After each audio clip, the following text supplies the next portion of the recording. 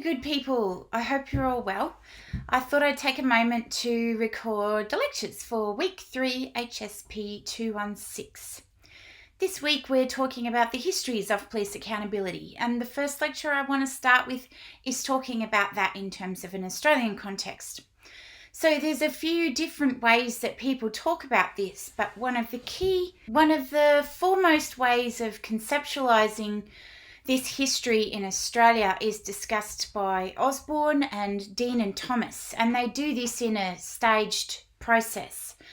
So there's 3 stages that they talk about. They talk about public administration, which really is focused in the 19th century. Or in policing literature, it's what they call the bureaucratic model. And I'll hopefully make that a bit clearer in a moment. Then we've got the, era of new public management, which is a little bit different. And this is from about the 1970s onwards. This is what they call the market model in policing literature. And then we've got new public governance, which is about from 2010 to the present. So it's very young and quite frankly still developing in a burgeoning way. It's quite a huge area. Or in policing literature, they call this one the network model. So I'm going to talk through each of these in a little bit more detail in our first lecture this week so that you can understand it a little bit better. And hopefully you can understand how the history of police accountability has emerged in an Australian context. So the bureaucratic policing model is something that I guess is best summarised by this image that I've picked on the slide, which is of a police officer pointing his finger at you. Now, the reason why this is because it's about, I guess, autocratic, traditionalist, and quite authoritative ways of thinking and doing policing, governance and accountability. It's very much based on an organisational structure that is literally focused around hierarchy, rank and rules. And those 3 things are what govern policing organisations. So it's not really about the touchy-feely kind of soft relationship building stuff. It's very much about my rank is higher than yours and you will do what I say. No questions to be asked.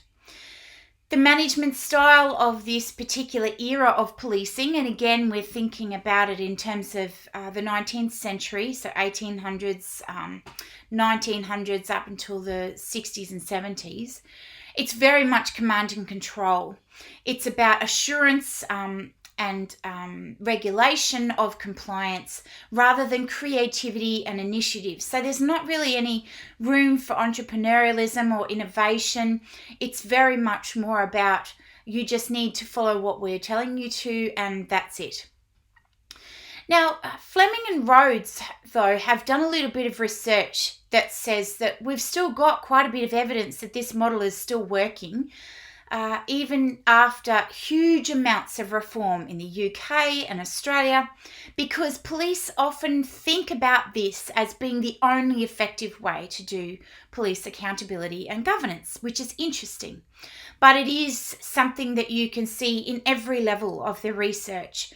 For instance, leadership literature in policing is very much about how everyone's focused on autocratic command and control, traditionalist, authoritative ways of doing leadership rather than more innovative relationship building, collaborative network forms of leadership.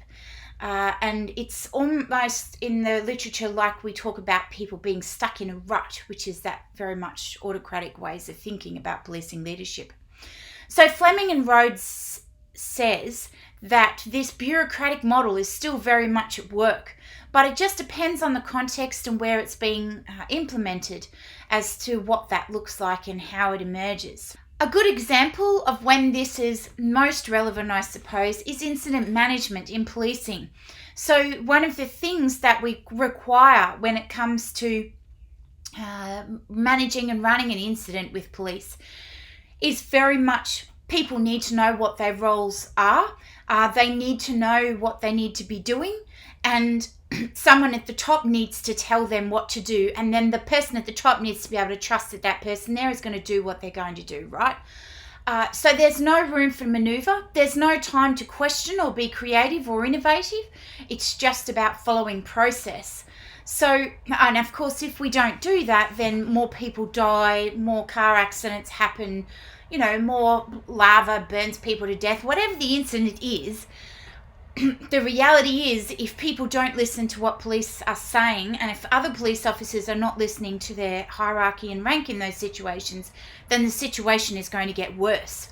So in those circumstances, it is very much the bureaucratic model that they focus on, and it is very much the model that enables good outcomes to happen. The market policing model is a little bit different. And this is sort of the second phase, I suppose, of thinking about the history of police accountability, and very much emerging from this idea of new public management, which is about the 1970s onwards, up until about 10 years ago. The organisational structure is about defining various departments and sections as business units, and they're responsible for managing the bottom line in terms of resource allocation and contracting out of services. Most interesting in this type of situation is that those business units are very much run as small businesses. So they have key performance indicators there, and their success is measured according to those key performance indicators. We can see the emergence of real ethical issues around this model in things like the breath testing scandal from Victoria Police, which you'll learn a little bit more about in a couple of weeks, because they were so focused on these targets of how many breath tests to do each day that they had forgotten about the efficacy of it and whether or not people needed discretion and all of these other things which are important parts of policing work, because there's so much obsession with just keeping those numbers up. And those numbers then sort of indicate accountability and transparency, which to some extent they do, but in other ways they certainly don't. And a lot of other stuff is overlooked. So in this obsession with KPIs, stuff like how relationships work in teams, whether or not people are happy, the focus on breaking down and trying to make change in police culture, all of that stuff falls by the wayside because we're focused on this sort of new public governance where people are obsessed with numbers, really, and obsessed with sort of saying, yep, I'm doing a good thing, my numbers say that I'm performing well and our unit is performing well, even if that unit is technically falling apart because everybody doesn't like each other. So you see what I mean. So the management style is very much focused on measuring performance in terms of those performance indicators. But there are massive problems, and there were massive problems, which is why this phase is sort of phased out, I guess, with this particular approach. And the obvious example of that is the situation with the breathalyzer tests being faked. Fiddling the figures is what we call it. And there's a lot of issues that emerge around this nexus between ethics, human rights, policing, and KPIs and figure fiddling, all right? And I've used the image on this slide of Bronwyn Bishop in her helicopter drying her clothing on the washing line because it speaks loads for the type of culture which imbues police organisations in this phase of police governance. It's about making sure those numbers add up. It's about making sure the resources are not overused or exploited by the people involved, as opposed to making it about relationships and making sure people are being looked after and all of those types of things. So it does raise a lot of ethical quandaries, folks. The final phase that Dean and Thorne talk about is the network policing model. And this is very much what they call new public governance and emerged very recently in sort of 2010, I guess. But that's certainly not like definitive. It was sort of emerging a little bit earlier than that, and it's only really been implemented later than that. So yeah, there's no real clear line. But this is very much about networks and how things come together in terms of collaboration and consultation. So these discernible networks are involved in a process of establishing consultative links to produce partnerships within a range of different private public organisations, right? So a really good example of this is the type of multidisciplinary hub approach that they have with family violence or with mental health clients. I've interviewed about, 100 police officers that have said to me, I'm not a social worker. Why am I being called out to a mental health crisis, right? So we now have this sort of double up approach, which is where a police officer in some jurisdictions will attend a mental health crisis incident along with a social worker. And so they're both there to help deal with that mental health incident, precisely because police officers are not social workers. So these things are made possible in this network policing model that's focused more on new forms of public governance, which are more accountable because they're happening across a range of different organisations. They're involving a lot of different stakeholders, and it's taking the onus and the burden usually off police as a single point of response. So this is very much more visible in crime prevention and community policing. The management style is about making networks work. And this, of course, can be problematic because people don't get along, right? And that's just the start of it. There are so many reasons why this stuff can be difficult and challenging. For instance, a PCYC doesn't get a lot of its funding from police organisations or from the government. They get a lot of their funding from external funding sources.